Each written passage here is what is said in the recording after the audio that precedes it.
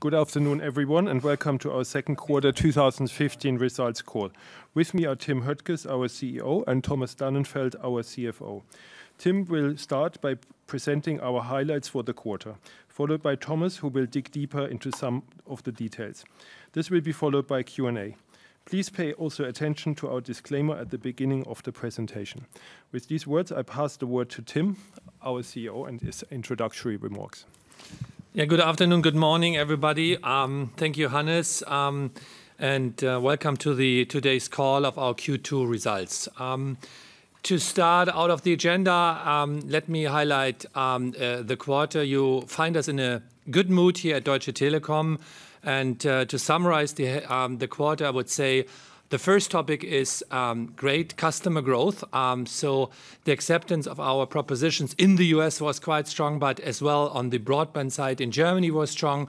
The mobile net add numbers were quite strong. So this highlight would be customers. And the second highlight is despite the fact that we have invested 20% more, 5.1 billion of euros into the improvement of our infrastructure, we were able to show a very strong cash flow, an increase by 31%. I think this gives us a lot of confidence towards the rest of the year. In this quarter, like in the previous ones, we made good progress towards our guidance for this year and towards the strategic targets we communicated to you at our recent Capital Markets Day. And we are very happy to reiterate our guidance and these targets today. Our financial results, you have seen the numbers, are quite strong. Our revenue growth accelerated from 13.1% to 15.3%. Organically, we delivered sales growth of 5.7%.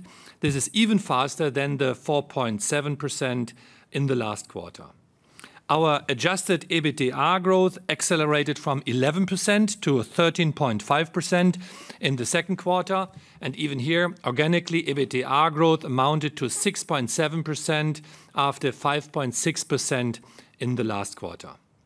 Our free cash flow, I mentioned that, was 1.4 billion, up 31% year on year, or 14% without the contribution from the settlement we mentioned already in the last quarter.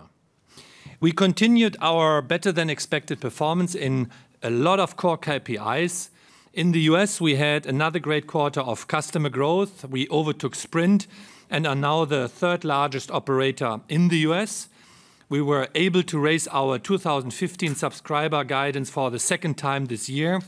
And we initially expected 2.2 to 3.2 million branded posted net adds, and we are now expect 3.4 to 3.9 million for the full year. Despite this increase, we did not change our financial guidance. In Germany, while we are showing a headline slowdown, we believe our underlying mobile service revenue trends remain on track for our medium-term guidance. We will come back to that one later. Also in Germany, our second quarter line losses of 118,000 were the lowest in 11 years. We added 157,000 broadband subscriptions in the first half, of which 81,000 came in the second quarter. Based on this success, we raise our guidance to at least 250,000 broadband net additions this year from our initial expectation of 100,000, and we do so again without changing our financial guidance. Our strong KPIs are driven by our network investments, but also reflect the success of our Magenta One bundle offers, where we now have 1.3 million customers just after 10 months. And you might debate our 2018 target of 3 million. This compares to initially expected 3 million at the end of 2018. At the same time, we added 2 million German lines to IP in the first half of the year, and we continue to progress faster than initially planned as well. As you know, we are not only investing into an industry-leading all-IP migration, we are also rapidly building out our LTE and fiber networks. We now reach 47% of German homes with fiber, an increase of 8 percentage points within 12 months. At the group level, invested over 5 billion in the first half, a double-digit increase on the prior year. As I have mentioned, while we are tracking ahead on many core KPIs, we are happy to confirm our financial targets. This is due to our strict cost control. In the US, despite the faster than expected subscriber growth, we continue to expect 6.8 to 7.2 billion of EBITDA this year. In Germany, despite the faster than expected growth in fiber, all IP migration and Magenta 1, we still expect 8.8 billion of EBITDA this year. At the group level, we reiterate our guidance for 18.3 billion adjusted EBITDA and 4.3 billion free cash flow. As you know, our guidance is based on last year's average exchange rates and excludes the 175 million one-timer we reported last quarter. If we were to use the first half 2015 average dollar exchange rate, our EBITDA guidance would translate into 19.3 billion euros. As for our free cash flow, including the 175 million one-timer, we are happy with current consensus expectation for close to 4.5 billion euros this year, which compares to 4.1 billion in 2014. And last but not least, we are also successfully concluded a number of transactions in recent months, including our purchase of the 49% of Slovak Telekom we did not previously own, and we also further strengthened our German mobile network through the acquisition of valuable spectrum in the recent German auctions and the transfer of cell sites from Telefonica Deutschland announced in July. On slide 5, we summarize our core financials. As already mentioned, we achieved strong headline and organic sales growth. Our headline and organic EBITDA growth accelerated, even though Q1 had benefited from the 175 million one-timer. Driven by our EBITDA growth, our adjusted net income grew by almost 70% to 1.1 billion. So finally, we get attractive for PE investors as well. Despite the 0.4 billion higher capex, we delivered 1.4 billion of free cash flow in the quarter, of which 175 million was contributed by the one-timer. The increase in our net debt is primarily driven by the acquisition of spectrum in Germany and in the US, the strong US dollar, and our acquisition of the government stake in Slovak Telekom. In summary, we are very happy with our operational performance year to date. We are able to accommodate major long-term investments while we achieve some very strong customer metrics and confirm our full-year financial guidance. Slide 6 provides a bit more detail on the 3 major transactions I already mentioned. In May, we announced the acquisition of the 49% stake in Slovak Telekom held by the Slovak government. We believe that we were able to increase our exposure to a high-quality asset at a very attractive price, just under 4 times last year's EBITDA. We feel this transaction nicely exemplifies our disciplined approach to M&A. As previously stated, we will continue to assess similar opportunities on their individual merits. Please let me use this opportunity to reiterate our stated European M&A policy. We are not looking at major acquisitions outside our footprint. We believe our recent transactions provide compelling evidence that we are highly committed to pursue M&A only where there is a clear opportunity to create value for shareholders. Next, let me explain and mention our recent activities to strengthen our very important German mobile network. In June, we acquired 100 MHz of valuable spectrum from the German regulator. Half of the spectrum was in the low band and half in the mid-band area. Our average spend amounted to 0.22, so 22 cents per megahertz and pop. In July, we agreed the transfer of 7,700 cell sites from Telefónica Deutschland. This transaction will further increase our capacity and signal quality, thus reinforcing our network leadership. With this, I'd like to hand over to Thomas to provide you with a more detailed review of the quarter. Yeah, thanks, Tim. Obviously, you delivered the story, which is growth in revenue, EBITDA, and free cash flow, and at the same time, in parallel, an increase in investments in the network quality and the transformation. No surprise, as we've laid out that story in the Capital Market Days in Feb, but a good and clear confirmation to that. And now it's up to me to look at the nitty-gritty details and, as you call them, operational and financial details of the quarter. And as always, let's get started with the German operations. On Germany, sales growth remains strong at 2.1%, benefiting obviously from strong handset sales and improving wholesale and broadband revenues. Our margin was around 40% in the quarter, with a year-on-year decline largely driven by the increase in handset sales and higher transformational costs. While overall OPEX increased, indirect costs, and that's important, declined slightly year-on-year, despite our transformational costs. Adjusted EBITDA declined by 1.4% year-on-year, but we believe this should be seen in the context of a strong commercial momentum on one hand and our faster than expected network transformation. Despite this, as already mentioned, we remain very comfortable with our stated targets.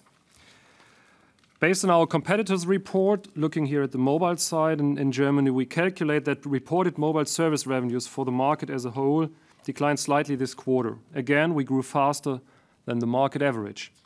Operationally, we continued our strong performance in the quarter. Our subscriber momentum remains steady. Out of 408,000 contract net additions, 172,000 were own-branded. The smartphone penetration in our own-branded retail customer base continued to grow to 77%, up from 70% last year. The number of LTE customers continued to grow strongly to 7 million, almost 3 million more than 1 year ago. Including fixed broadband via mobile, our data usage grew 42% year-on-year. As you have seen in the second quarter, our mobile service revenue slowed to 0.1% year-on-year after 2.8% growth in the first quarter. While this looks like a big slowdown, we are not worried here at all, because we are not seeing any major change in the market environment, nor in our underlying trends. As you surely remember, we cautioned against extrapolating our first quarter reported number, while we reiterated our guidance for the 1% average mobile service revenue growth in the medium term. We also have highlighted the impact of Magenta 1 bundles discount, which are completely booked in mobile, as well as the migrations from LTE broadband to our hybrid router, which are then booked in fixed. The combined impact on mobile service revenue growth accelerated from 0.2 percentage points in the fourth quarter 2014 to 0.7 in the first quarter and 1.0 percentage points in the second quarter. While this means that our underlying growth would have been higher without those accounting changes, of course, this does not fully explain the sequential slowdown in headline mobile service revenues. In addition, our first 2 quarters this year were impacted by seasonal factors and large account billings. While there's always some seasonal volatility in reported numbers, there was an unusually strong compounding effect in the first 2 quarters this year. However, again, this should not be extrapolated. When we look at the first half as a whole, our mobile service revenue grew around 1.5% year-on-year. Without the impact from convergence products, this would have been over 2%. To summarize, we are not worried by the reported slowdown. We believe our underlying trends remain very healthy and on track for our medium-term guidance. So let's have a look at fixed line now. We had another excellent quarter of broadband net additions. Driven by the strongest quarterly broadband growth since the first quarter of 2012, our line losses improved again to only 118,000, our best performance in more than a decade. We had another very strong quarter of fiber net additions with 430,000 net adds, almost double the intake of 1 year ago. Of this, approximately 2/3 came from our retail business, and in total we already have more than 3.4 million fiber customers, reflecting growth of above 1.4 million in the last 12 months. After 76,000 in Q1, we added 81,000 broadband customers in the quarter, benefiting from strong demand for fiber and the success of our new convergent propositions. We have already exceeded our initial guidance of 100,000 broadband net additions for this year, and as Tim has mentioned, we now believe that we can add more than 250,000 broadband subscribers this year. And again, we are delivering this greater than expected growth without any change in the financial guidance.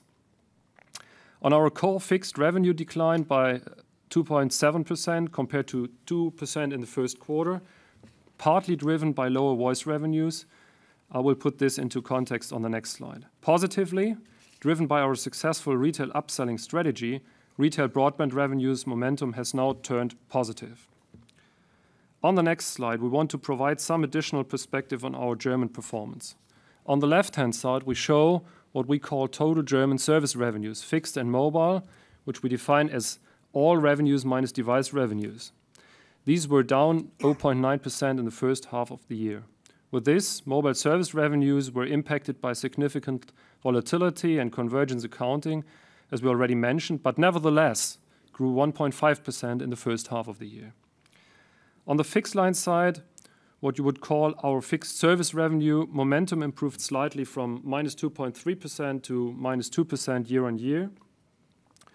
And while core fixed line services worsened a bit, wholesale and broadband trends nicely improved quarter and quarter as expected. As I have already mentioned, our broadband revenues have begun to grow. Our subscriber growth already contributes, but due to introductory promotions, we are not yet seeing ARPU growth. But this is just a matter of time. So we remain very comfortable with our Capital Market Days guidance of 2% growth through 2018.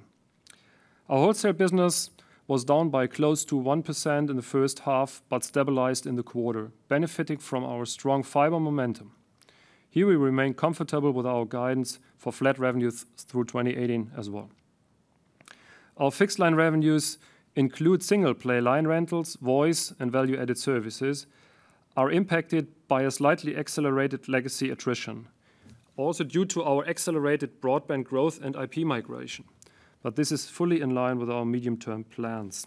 So, while there are many forces at work, we see our KPI trends going in the right direction, and we remain comfortable with our guidance for total annual German revenue growth of 0.3% between 2014 and 2018.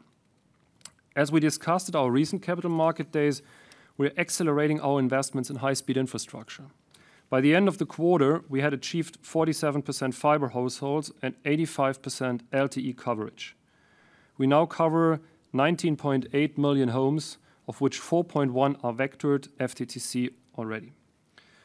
In the quarter, we added more than 0.9 million lines to our IP footprint, and we now already have 7.8 million homes on this platform in Germany, 1/3 of our lines. This is double the number of 1 year ago and well on track towards our 2018 target. Now let's have a look in the US. Let me quickly summarize the highlights of the quarter, as all relevant numbers have been already reported and discussed by our TMUS colleagues. TMUS added 2.1 million net adds, up from 1.5 a year ago and 1.8 million last quarter. Of these, 1 million were branded postpaid net adds. Importantly, TMUS raised its subscriber growth guidance for the second time in a row to between 3.4 and 3.9 million. This is up from 3 to 3.5 in our Q1 call and 2.2 to 3.2 in the beginning of the year. Revenue growth accelerated from 12% in Q1 to 14% in Q2. Service revenue growth accelerated from 9 to 13%.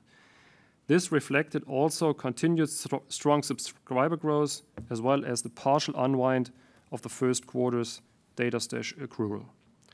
Encouragingly, even adjusted for this accrual, our branded postpaid ARPU improved sequentially. Despite the strong growth, our US EBITDA growth accelerated to 23% from 18% in the first quarter. Positively, while we raised our subscriber guidance for the second time this year, our EBITDA guidance remains unchanged. On the next slide, we are showing how some of the key drivers of our US business are developing. We had another quarter of declining churn, with branded postpaid churn again down from 1.5 to 1.3 this year. Porting ratios remain positive against all carriers, and demonstrating customer quality, bad debt expense declining meaningfully year on year. Our LTE network now covers 290 million POPs, up from 275 million at the end of Q1. And we will reach 300 million people by end of year. Our new 700 megahertz frequencies, covering 60% of the US population, have been almost completely cleared and now reach 141 markets. Despite our network expansion, our cost of service has declined almost 4 percentage points year on year. This has benefited from significant Metro PCS merger synergies. We were able to shut down the Metro PCS network on 1st of July, well ahead of initial plans. I think, by the way, this is really a showcase how to integrate mobile networks. So let's turn to Europe. Back across the Atlantic, our European segment was able to moderate revenue declines to only minus 0.9%. While the GTS acquisition contributed positively, this was offset by the planned unwind of our international voice hubbing business.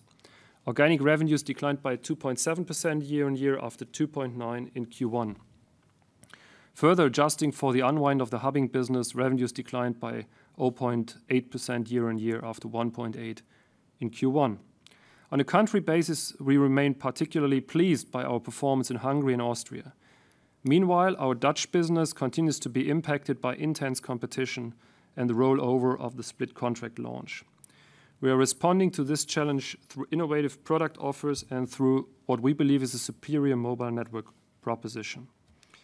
On a reported basis, adjusted EBITDA declined by 2.6% this quarter. Organically, adjusted EBITDA declined by 4.2% year on year, after a decline of 3.8% in Q1, mainly reflecting the rollover and the de-emphasizing of split contract plans. Based on our year-to-date results, we see ourselves on track for our full year and medium-term targets in Europe here as well. We continue to make good progress towards the targets we presented at the Capital Market Days in terms of technology leadership and transformation as well. 43% of lines are now on IP platform, up 11 percentage points within the year, and our broadband and TV customer base each grew by 6%. Our LTE network now covers 60% of the population, up from 38% 1 year ago, and we already cover 17% of homes with fiber. Turning to System Solutions, our results reflect our ongoing restructuring at the market unit, as well as continued cost savings delivered by TELCO. Gross revenues declined by 1% compared to 2.5% decline last quarter. This benefited from 3.6% growth at our market unit. By the way, that's 1.2% excluding the foreign exchange effect. System Solution EBITDA declined year on year, but would have grown slightly adjusted for a particularly large internal payment related to our pan-European One ERP project in Q2 2014. We mentioned that a year ago. These payments do not impact group EBITDA because they are reconciled at the group level. The market unit, which services external customers, was able to grow EBITDA by 27% in the quarter. This reflects success of our restructuring efforts, but also benefits from favorable first half comps. Moving now on to our group financials for the quarter. Group free cash flow was up 31% year on year. Even without our 175 million settlement, Q2 free cash flow was 150 million higher than last year, putting us well on track for our guidance of 4.3 billion based on the 2014 exchange rates. As mentioned, we are able to deliver this increase despite a double-digit increase in investments. And as Tim has already said, including the 175 million settlement and based on current FX, we are comfortable with the current consensus of close to 4.5 billion free cash flow for the full year. Our net debt increased sequentially. The increase is mainly driven by our investments in spectrum, our acquisition in Slovakia, and our dividend payment during the quarter. Positively, again, almost half, exactly 48%, of our shareholders opted for the dividend in kind, which was the highest ratio since we began to offer our shareholders this choice a few years ago. Our adjusted net income grew by 70% to 1.1 billion, mainly as a result of our strong EBITDA growth. Finally, we turn to our balance sheet ratios. We are currently at 2.6 in the net debt over adjusted EBITDA, and this reflects our investments in CapEx and spectrum, as well as the dividend and our Slovak Telekom stake increase. Clearly, our debt ratios should be seen in the context of a very strong EBITDA growth in the US and at the group level. As we have said in Q1, because of this strong EBITDA growth, we expect to return back to our communicated corridor and comfort zone during the second half of the year. Importantly, our ratings remain stable at BBB+, and we are well within our comfort zone, which ranges from BBB to A-. Based on these ratios, we believe we will continue to enjoy excellent access to funding. I think this quarter clearly shows that we are executing our strategy as we presented it to you at the recent Capital Market Days, and as I said, it's delivering growth in revenues, in EBITDA and free cash flow, and in parallel, increased investment in network quality and transformation. And with that, Tim and I am happy to answer your questions. Thank you very much, Thomas. Now we can start with today's Q&A section. If you'd like to ask a question, please press *1 on your touch-tone telephone. I will announce your name when it's your turn to ask a question. Should you wish to cancel your question, please press the *2. Alternatively, you can send us a question via webcast. Just type your question into the box below the stream. And I think we already have a first question. So I pass on to Fred Boulon from Bank of America Merrill Lynch. Hi, good afternoon, gentlemen. Thanks for taking the question. If you could start with discussing and elaborating a bit on the statement you made on your European M&A policy. I think you were on the tape this morning talking about a small European M&A. But in general, what is the framework here? You were integrating a number of assets in Eastern Europe, seeing some synergies there. How and when do you think this is a logic that can be extended beyond your current footprint? And secondly, if we can talk about the all-IP benefits, so you reached 33% of your base in Germany. Can you clarify a little bit the gains and in terms of cost per line or profitability that you've experienced on that base, or if it's a bit too early? And in the medium term, what kind of profitability we should expect to see benefiting on the 2 to 3 of you? Thank you very much. Okay, I think Tim will talk about the European context, and before Thomas will explain where we are on the all-IP integration in Europe. Yeah, thanks for the question. I think on the all-IP situation, on the Capital Market Days, I think we've tried to make clear that the IP migration has a negative impact on our financials till 2016. You know, we've shown a slide where you see the ramp up from 12 to 16, basically. It's page 55 of our booklet, ramping up to roughly 1 billion of spend for the transformation, for the complete all-IP transformation, and from 16 onwards, meaning 17, 18, 19, then benefits kicking in. So basically, the answer is it's still a negative game for us. It's an investment game for 15 and 16 embedded in our numbers. And if you look at the German EBITDA, for instance, obviously a part of the development you see here is due to exactly that higher volumes of customers being transferred. As I said, the total spend is 1 billion we're expecting for the complete group this year. And the share of OPEX and CAPEX, the split is more towards a 50-50, slightly higher part of OPEX in 15 and 16. So Fred, coming back to your question on the European M&A scene here, I think we have communicated a clear and attractive plan for our existing portfolio at the Capital Markets Day. And we stated then we will not undertake major M&A acquisition outside of our footprint. We have simply no need. Importantly, In addition, we do not need to undertake any major acquisitions, but we can be opportunity-driven when it comes to fixed mobile convergence and other optionalities where we were striving for within the markets. The focus of what we're doing is on the footprint which we have. You know, we are in the middle of the process of getting approval for our BT deal in the UK. We have done a transaction in Slovak now recently. And in the European portfolio, we are always looking, to improve our fixed mobile convergence structure. But what we see in our footprint, but as well in the footprint of our competitors, is wherever you have, let's say, a structural advantages of both infrastructures, the growth prospects and the profitability gains are bigger than running, a business totally separate. On the US side, everything has been said. I know these questions might come. We are very excited about the performance of T-Mobile US. We are not only adding more subscribers than expected, we are capturing the entire growth of the markets.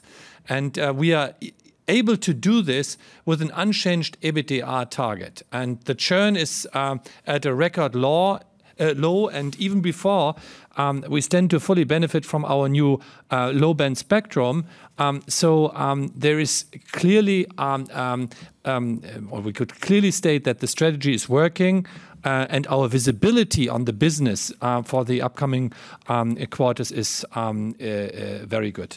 So now, with regard to M&A in the US, there is no rush, not any strategic need to do any deal at that point in time. We continue to look at T-Mobile as a kingmaker asset, and therefore we remain open for deals which would significantly increase the value of T-Mobile for our shareholders. For instance, through achievement of convergence or for consolidation benefits. And there might be some opportunities arising over time, but currently there is no need to rush into anything at that point in time. We are doing operational business. We are preparing ourselves for the low-band auctions, and the total footprint is in a very good shape. It's not only the US which is doing very nicely, as well Germany is improving, and the trend in Europe is especially the fixed mobile converged markets, very encouraging. Thank you very much. Thank you, Tim. Now we move on to the next question. It's from Simon from Citi. Good morning, and thanks for taking the question. So I do have three, one of which I think is very short. In terms of looking at OTE, I just wondered if you could comment on whether the minority there is potentially of interest to you, and whether you see any barriers or technicalities around increasing your stake there. In terms of German broadband, perhaps you could comment a little bit more on whether you see this improvement in the dynamic as being a function of market growth or market share gain, or a bit of both, and whether or not fibre is playing a more significant role in that now, or if it's something else in the commercial mix. And then the final question seems a bit obvious, but just to ask it, can you just confirm that you do see the UK as being in footprint in regards to your M&A guidance, that you'll only be looking at in footprint acquisitions? Thanks. Thanks, Simon. I will give the first question to Thomas, who will talk about the German broadband market, and then Tim will talk about Greece and your question related to the UK. I see, Hannes. I always have to take the first question. So, Simon, on the German broadband side, I think remember our view on what you need to get right to get the business in the appropriate shape is first upselling in a good shape, then churn in a good shape, and then gross adds. And I think the last 2 years have been upselling okay, churn okay or good, but gross adds not really. And I think that is the element which really has changed, obviously due to our investments in the networks. It is not, and I'd like to reiterate that, It is not, for instance, Liberty being weaker because they increased prices in Q1. We had a detailed investigation in our numbers and to see is it good customer demand, healthy customer demand, or is it weakness of competitor?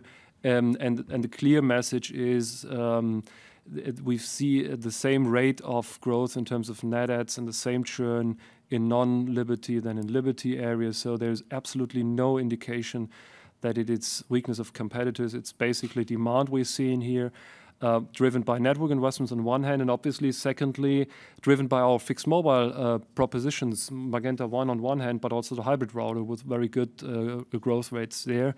So the basic dynamics we need to put in place to really move the needle from a slight minus number on broadband revenues into a positive, and you've seen that it's slightly positive now. They are intact, they are in a good shape, and I think that's driving the numbers here. The reason that you're always first, Thomas, is because you're thinking faster than I do. So, but anyway, so let's come to Greece. First, during this crisis in Greece over the summer, we had a daily monitoring on things which were going on, and we followed the event very closely. For our employees in Greece, for our customers, but as well from a social responsibility for the society in Greece. And during the peak of the crisis, we provided support when it came to cash advances or extra allowances or vouchers, which we offered. And the interesting piece, what I learned in this crisis is that the more established and the bigger the brand is, the more trustworthy and reliable it is for the consumers. So they stick to the top brands which were there already before, than rather running to the cheapest offer which just occurs in the market. In the first half year, you have seen the numbers. We had no negative impact from the critical situation. Now, we might, let's say, see some things coming up in the second quarter and the third quarter, but currently looking into the numbers in the discussions with our team, we do not foresee any negative impediments here from the situation.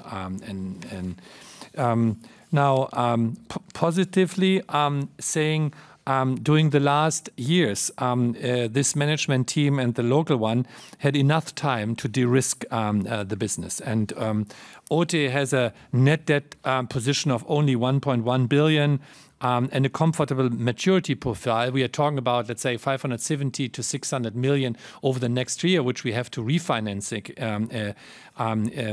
with regard to outstanding bonds. So there are no peaks for the local team when it comes to refinancing. Now, your question with regard to the 10% stake, 6% lying with the government and another 4% with a special vehicle here. We are controlling the business today, and this will unlikely change.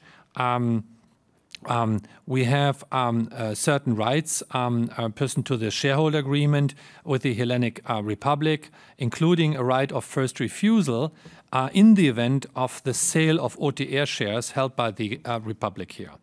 And we are therefore monitoring the situation closely and would consider, as we always do, any deal under the right terms. And please, guys, give us some credit that we never acted just, just by power, but always, driven from a very reasonable M&A logic. So there is an opportunity, there might come an opportunity, but we are closely following what the government is going to do, and then we make our calls on this. With regard to the UK, UK is in the footprint, yes. BT is a great company, and there is no need to do anything at that point in time. We now have to get the approval for our deal. I think the exchange with the management from our side is very positively. We could learn a lot of things, but we cannot, let's say, fully exchange everything at that point in time because we are in this approval phases, and we have to respect the rules here. But we see a lot of, let's say, opportunities on partnering our business more than we saw at the beginning. Okay, thank you, Tim. The next question is from Mathieu Robillard at Barclays. Yes, good afternoon. Thank you for taking the questions. First, with regards to your mobile service revenue development in Germany, you highlight obviously the impact of convergence product, but it does seem trying to distinguish between corporate trends and consumer trends, that the most part of the slowdown is actually explained by a reversal of trends in corporate. So just want to confirm that's right, and also understand if you see that as an issue, meaning you're losing market share there and you want to regain it or not, and whether it's fair to say that trends in the consumer continue to be pretty healthy. A second question has to do with the US spectrum auction. What is your working assumption today? Is it that the auction happens in 2016 and there's only 30 megahertz of spectrum reserved for the smaller players? Thank you. Okay, so we will start with Tim on the US spectrum auction.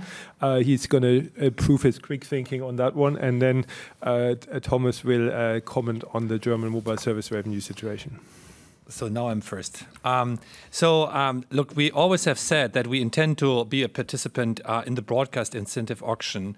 Low-band spectrum remains a high priority for us and for our business. And on the timing of the broadcast incentive auction, Chairman Wheeler seems focused on driving this to a success in the first half year 2016.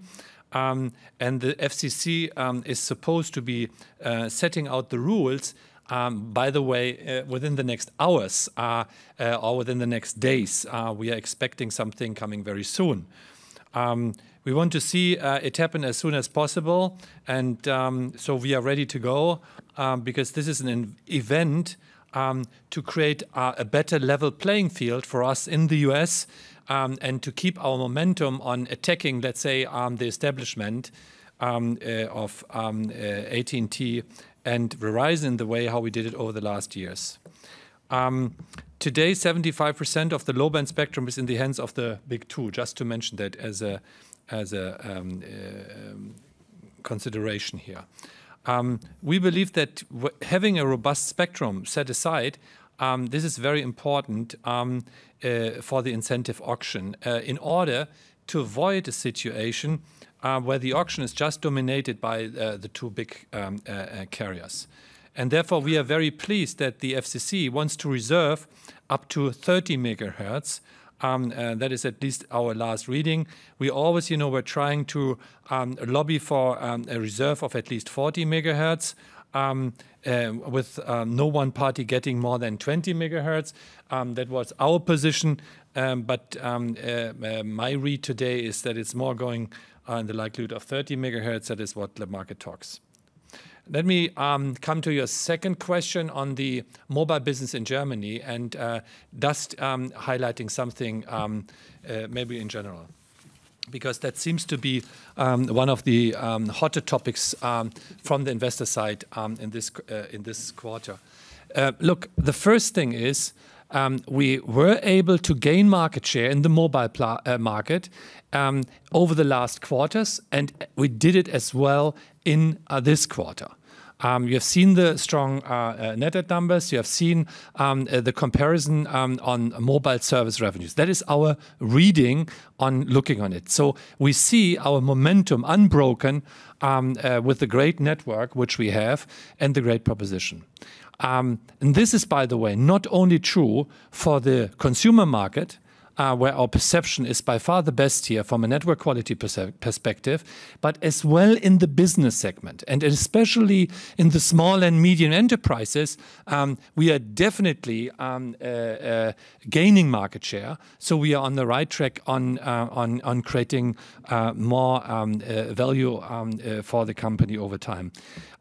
So for me, the focus is not mainly on the mobile service revenues in the market. For me, the focus for German success is on how could we monetize the huge network investments which we have taken both in mobile and on broadband side. So this is the focus of our businesses, what we are doing today. And if this could be a mobile or a Magenta One or just, a fixed line connectivity, but this is the way monetizing the infrastructure investments. And the second topic is for us as a management team these days, challenging the OPEX, challenging the total workforce cost, challenging the total OPEX in this organization to increase the productivity of our business. So you might disagree on that one, but this is, let's say, how we see the situation. We are doing very well on the customer side in Germany. Our brand is very much working. We have a strong momentum on mobile, both in B2C and B2C. That doesn't mean that we are not focusing on it, but there are other priorities at that point in time which we push as well. Does that answer your question, Mathieu? Yes, thank you very much. So we move on to Emmett from Morgan Stanley. Emmett? Hannes, just got a couple of questions here, please. The first question is on Magenta 1. And I know it's difficult to talk about the pricing on certain products, but just wondering what your latest big picture thoughts are about the discounts that you're giving on Magenta 1, because I think it's quite clear that the take-up of the product has been very impressive and probably a little bit faster maybe than expected. So do you feel that the discounts maybe need to be so big, given that subscribers are taking it up so quickly, and maybe also given that the discounts threaten to maybe bring competition back into the market in terms of maybe regenerating price competition or promotion competition there? And then my second question, again, just it's more technicality in Magenta. I think back in Q1 you said the bulk of the Magenta 1 subscribers were existing DT subs. Is that still the case with the 1.3 million subs, or are you beginning to see some, we'd say, more subscriber win from the other operators, be it on mobile or on fixed? Thank you. Could easily answer that in a second, but I will nevertheless give the question to Thomas. Thank you, Hannes. Okay, so first of all, I think Magenta 1, I think the first thing we need to recognize is it's a great platform for cross and upselling, and it's working. And that's to your question, how many of the customers are new customers versus existing customers? I think the trend we see is that the share of new customers and cross-sell customers, so customers only having mobile or fixed line and moving into a converged proposition, is increasing. But still, the bigger share is on customers coming from both products already. So that structural situation that the major part is on those 4 million having already mobile and fixed line is still right, but the trend is towards a, so to say, improving mix towards new customers and cross-selling elements. That's number one. Number two, as you know,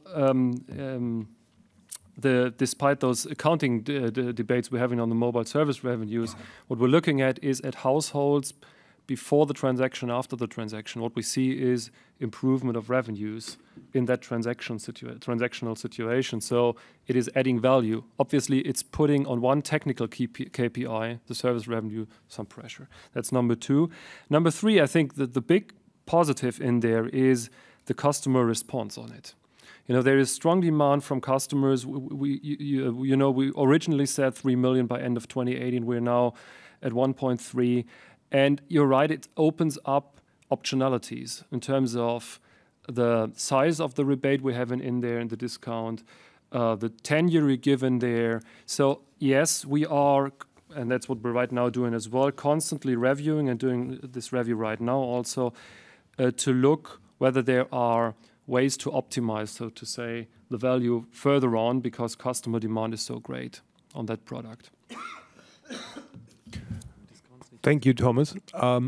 So we now move on to Robert from Deutsche Bank.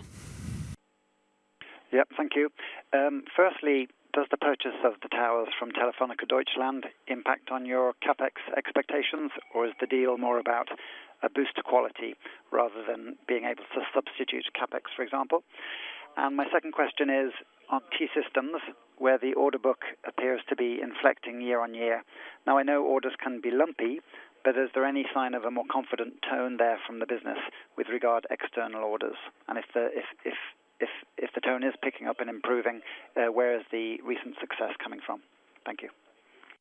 Okay, so I think we'll start with the T-Systems order book development. So Thomas will comment on that, and then Tim will talk about the tower deal. Unless you want to start, Tim. Tim starts. Okay. Go first. Okay.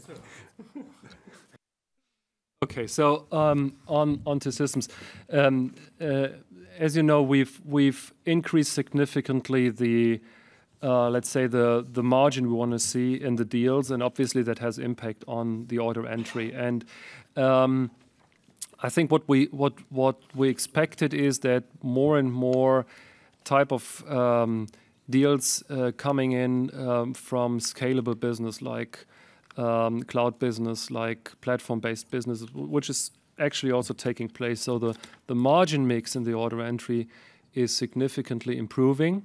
Obviously, it needs to. But as a result, still the volume is corresponding to that and declining. And what we don't want to do is now, again, decrease the margin again. What we will want to do is increase the volume we have in the order entry, meaning get our platforms and our cloud services better out in the marketplace and see more intake there. So that's the kind of reaction we're seeing. And by the way, if you look at the big customers, there is good messaging from the market, so to say, as more bigger and bigger deals are coming in, like ThyssenKrupp we had by the end of last year with workstations being delivered out of the cloud, 100% scalable, no specialization in there, etc.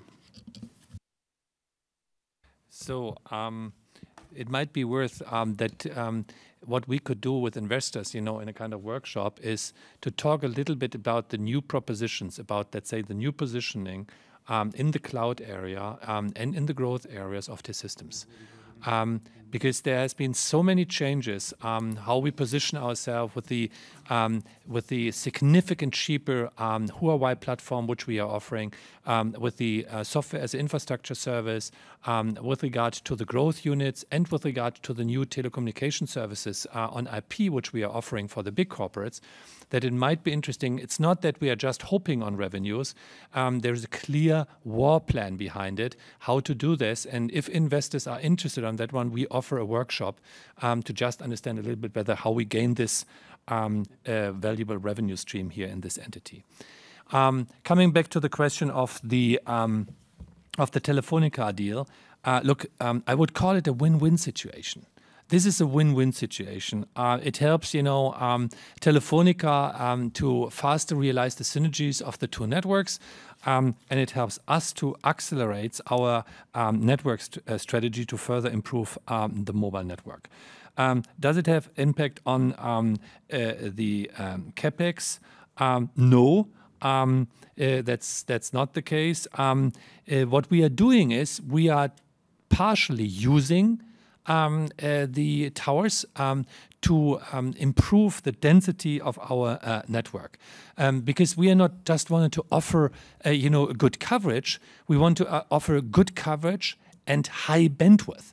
So it helps us a lot, especially in the rural areas, to improve the bandwidth. And just think about the hybrid routers in the rural areas. If you have a high LTE coverage and a low bandwidth, this helps customers big time. And that we have sold almost 60,000 of these hybrid routers already in the first 6 months shows that we have a product on hand which could further scale here.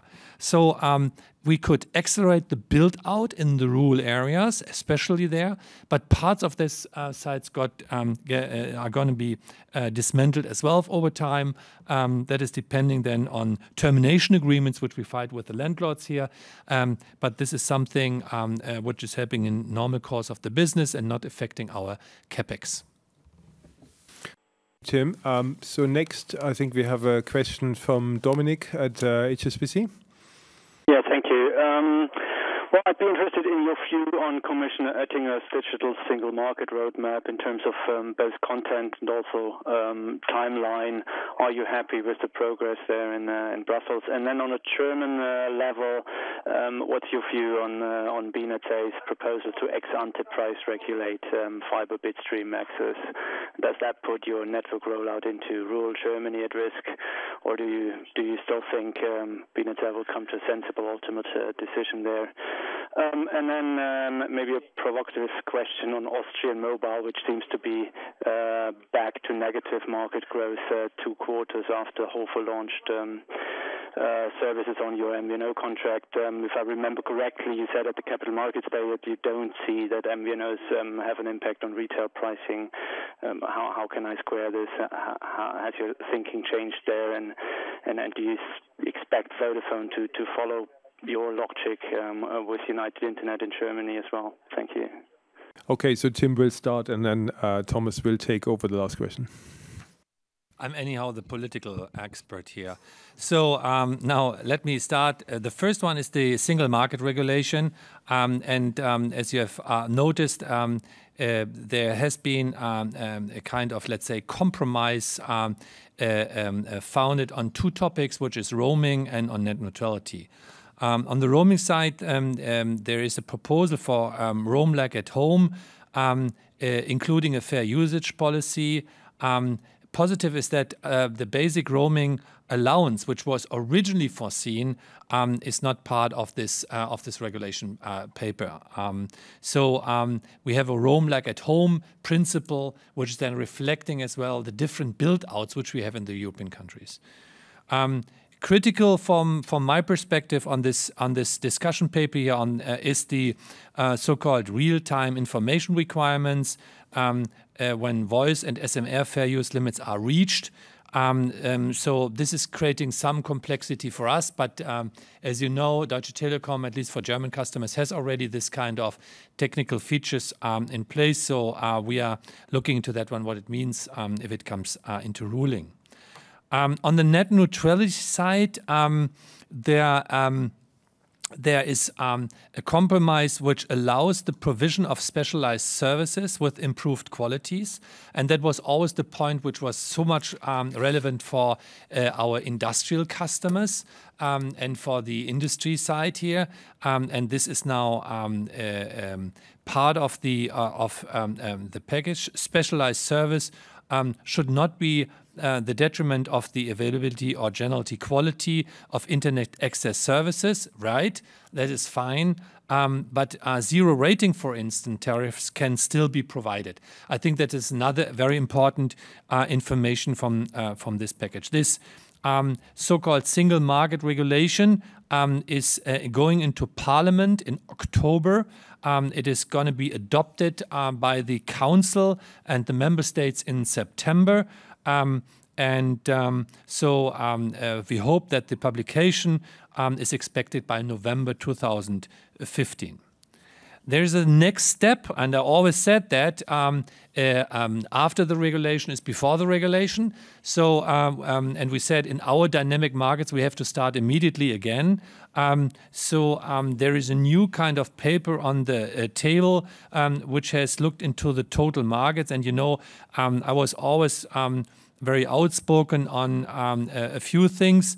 On the level playing field and the need for incentivizing investments in the broadband environment. Then I was talking about the review of the spectrum policy and the alignment here and the regulatory framework, which should include all 28 countries here. This paper has been presented on May. And from my perspective, this is fairly general in this substance. What shows me that the Commission still seeks the right answer on these pressing issues. So I think everybody has to do something. There's no clear position on deregulation and simplification of the fixed line wholesale or the spectrum policies here yet in it. I think we have to work on this one further on. Promise we will do this. to help better, political leaders to understand what would foster investments in our industry. But this is too early to say. And by the way, we have to do the first step before we do the second step. Now, with regard to the Bundesnetzagentur here in Germany and the bitstream proposal, by the way, I think we have a very strong argument.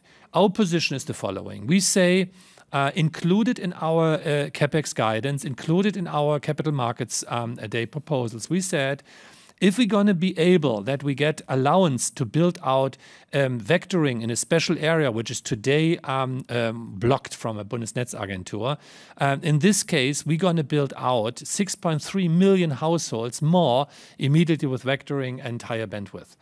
Which, let's say, with super vectoring, then up to 250 megabit per second. I think that's a great advantage for the German society. It's going to help us to bridge the digital divide here. And we are willing to take the infrastructure's investments on that one. I think the answer from the regulator to say we're going to ex ante regulate would not help this discussion. And you have seen that the ex post regulation on the bitstream layer 3 was something which worked very nicely. The contingent model is very well accepted from Vodafone, from Telefonica, and as well from United Internet. And I do not see any need, nor I see any kind of dynamic if we would see now a bitstream access ex ante regulation for the layer 2 product. The opposite is the case. These competitors, they need a kind of freedom on their pricing policy towards cable operators. So we are fighting our position. I think we have very good arguments from a political and societal aspect. And the timeline is that in September there's a new hearing on the subject, and I'm still confident that during the course of the year we're going to see a ruling on this one here in Germany. Yeah, Dominic, and on your question on the MVNO, on our MVNO policy, you said it's a provoking question. So, there always have been two very critical people on our MVNO policy. I hired one of those two, and you are now the remaining guy. I'm just kidding. No, but I think on MVNO, we need to have a differentiated view on that one. As I said, on the capital market, it is basically if you have an MVNO, which is imposed by a regulator based on very aggressive price levels and without giving the operators really the opportunity to differentiate in terms of speed and in terms of the quality you provide, it's critical for the market. And that's the case from my point of view for Austria. If you look into the German environment, 50 MVNOs running already since several years. If there is no principle and basic change in that model, no need to be to worry here too much. I think that differentiated view, is it possible to differentiate with those guys in terms of the network quality and the service quality on one hand? Are there being prices imposed or not? Those elements are the main and the most important ones in that debate. And yes, for Germany, there is no news on that MVNO part. And by the way, I think Vodafone learned their lesson on the United Internet deal, and you should ask them again how they feel about it. Thank you. Okay, we have another question. I think it's from Tim. Tim from New York, from Goldman Sachs.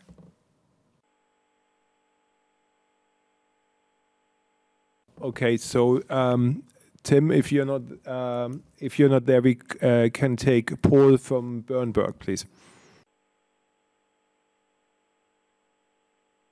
On direct versus indirect costs in Germany, and I guess I'm referring to slide 7 here. So indirect costs fell 0.3% year over year, and I think it looks like direct costs grew maybe in the mid to high single digits, and both of those trends are quite different from the ambition level set out at the Capital Markets Day for the medium term. So I wonder if you could maybe just elaborate on that divergence and how we should read the quarter in the context of the midterm guidance. And then secondly, on subscriber acquisition cost and subscriber retention cost in Germany, I mean, SAC was down and SRC was up again. So So I'm just wondering if maybe you could just give us a little bit more color about what's going on there and what the aims of that are, because it didn't seem to benefit the churn rate in Germany in the quarter. So how should we think about the mix of that and the total cost of acquisitions and retention going forward? Thanks. Hannes, I take the first question. Was faster. So on the OPEX, first of all, indirect versus direct costs. First of all, as I mentioned in my speech, the huge chunk of the increase in the OPEX you see related to direct costs are driven by handset sales. You know, on the left-hand side of page 7, you mentioned page 7 rightly, you see there is 8.8% increase on total mobile revenues, obviously very much driven, not completely, but to a high degree driven by the handset sales. And as those handset sales are coming hardly without any margin, you see more or less the same amount of money reflected on the OPEX. In the indirect OPEX, basically we have two elements. One is a higher investment in all IP. The volumes are higher. You know, last year's Q2 2014 increase on IP was 600K. Now we have 900K, so the volume transfers into higher personal costs, into higher indirect OPEX, but this is offset by other areas of indirect OPEX, for instance, IT costs we manage down. So overall, indirect OPEX slightly declining, but only slightly declining because of the increase of the IP and transformation volumes we've seen. So that's basically the way we should look at the OPEX, and to reflect that on a margin, just to give you a flavor, the magnitude you should calculate in terms of impact of transformation on the margin is roughly around 1.5%, a little bit higher. And the higher revenues by spot deals, by handset deals you've seen are diluting the margin roughly by 1%. So that's the numbers I should give, I think, on the first question. Second was on higher volumes of CRCs, also retention costs, and how that should develop. As our order of relevance is upselling, churn control, gross adds, I think that basically that policy and thinking is reflected here as well. That's number one. Number two is people are happy to stay with us, and people are, and that's good news for me, are not looking for cheap SIM-only deals, but they're looking for complete packages, the handset, the service, the speed.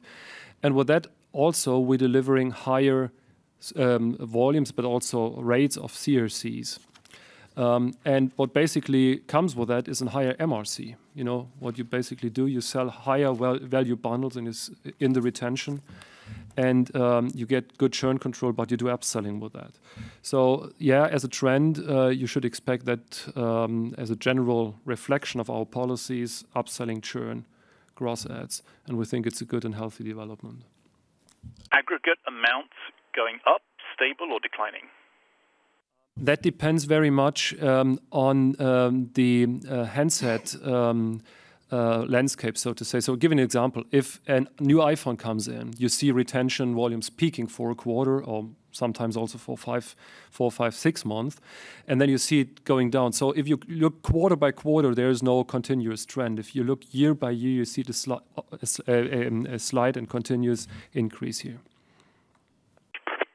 Okay, so let's move on to the last question in today's call, and then, of course, we will be available at the investor relations level and talk to you. But the last question for today's call is from Justin Funnell at Credit Suisse.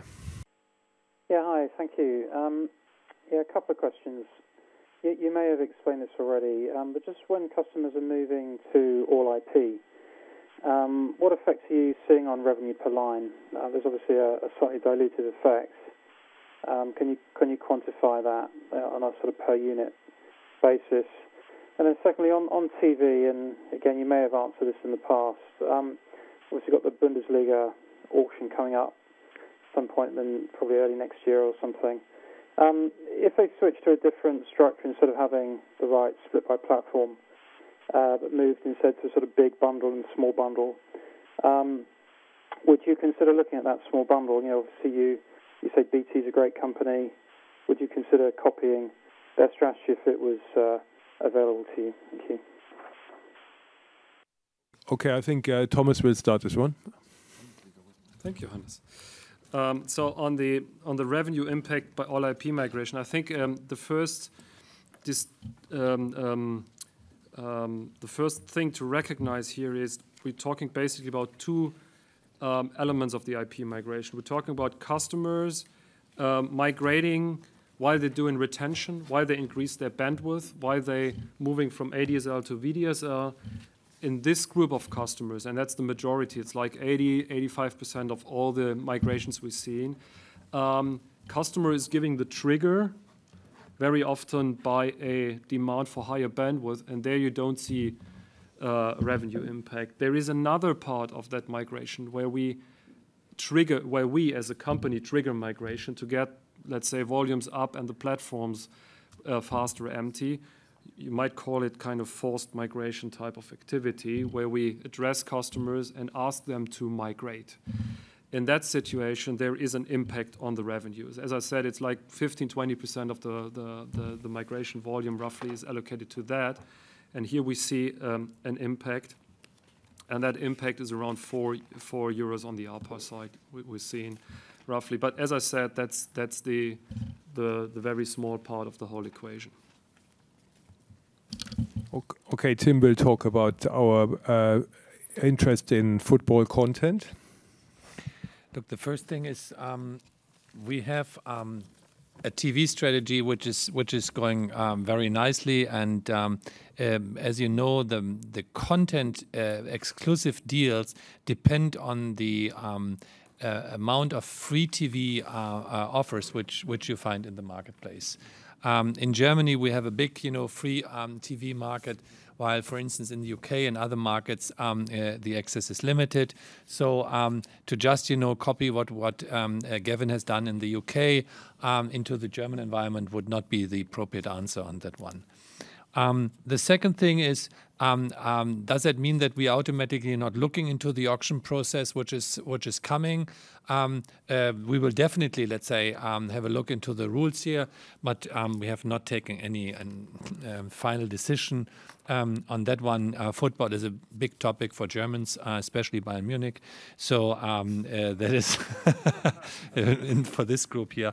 But anyway, we will have a look into that one. Our principal strategy is that we want to be the content aggregator. It is a big hassle for consumers today with all the passwords, all, let's say, the subscription on Apple TV, on Amazon, on Netflix, on whatever you mention on the Universal Studios. So the benefit is on aggregating the content on one platform with an easy click. We could monetize as well for our partners. So we have a partner strategy here. And our new TV platform, which is coming out soon, is exactly supporting this idea to a big extent, always depending on whether the partner is willing to open up its content into our offering here. So don't do that. With regard to small bundles, that depends, by the way, how this stuff is going to auction. I think the auction design in Germany was in the past different to the ones we have seen in France and in the UK. It's too early to say, and I would not give you any guidance at that point in time because we haven't fully understood what the equation is. But in principle, I think we are very opportunistic.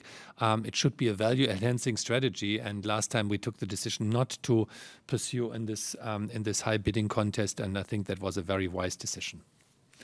Now, that said, guys, I think unfortunately our time is over already. I think there are a lot of roadshows coming now within the upcoming weeks here.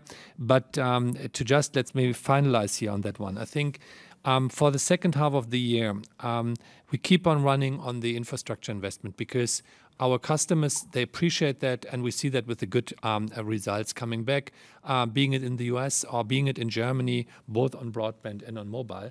I think this is something which is paying off. But nevertheless, we should always have our return on capital employed in mind, and we should try to monetize the net investments in the best manner. And this is something which we are focusing on mainly in Germany at that point in time. and we mentioned that already today, it is our interest to move up the ARPU. And if there are criticism around discounts, be aware, we know that, and we are looking to that one. Our idea is really, let's say, to lift up the market and to monetize on these huge investments which we are doing. The second thing is improved productivity. OPEX reduction is a top thing to do, being it in Germany, being it on the headquarters, being it in the European entities. We will work on this challenge on OPEX these days quite intensively. And the third one is, it is our intention by doing this, we will keep, let's say, our leadership. Leading European telco means leadership, and this means as well that we have the relevant portion of the market share which is growing in the area. On the Tel IT side, we haven't discussed it today. Our intention is really to manage costs down. This is something which has to be worked out. And the complexity of our IT is something which is a big topic for our thinking here, because we have so many good ideas what we could do to differentiate in the marketplace, and sometimes the limitation is our IT legacy. On the market unit, I think it was mentioned, it's very important that we create valuable growth and valuable revenues here. I think order entry should be better. The new proposition should work out. I think we have a clear plan, and we have to work on the order entry here. And on the European business, I think our focus lies on the fixed mobile converged markets are doing very nicely, including Greece. But our focus on the performance is today on the Netherlands and is on Poland. These are the two markets where we want to do better. And we have to focus on some structural issues where we do not have the fixed mobile converged positioning. This is the question mark which is open. I cannot, let's say, promise a quick solution here on that one, but we will carefully watch on that one. And on the US side, I mentioned that keep on running, guys. De-risking, self-funding, kingmaker asset. That's the way going forward, and get prepared for the auction, which is coming. I think we are well financed for that one. And if we do this, we won't stop in the US. This is clearly something which is not in the DNA of this team. But if we all bring this together, I think we have Deutsche Telekom in good shape, as we have it after the first half year, and we are quite confident at that point in time that we deliver not only on the promise for this year, but even beyond. Thank you, Tim, for those closing remarks. As I said, the conference is now about to end. If you have any further questions, we know there were a few more people on the call with questions. We kindly ask you to contact us in the Investor Relations Department, and I would like to thank you for your participation in today's call. And now, with those words, I give back to the operator. Thank you. We'd like to thank you for participating at this conference. The recording of this conference will be available for the next 7 days by dialing +49 18 05 20 47 088 via reference number 468955 #. We are looking forward to hear from you again.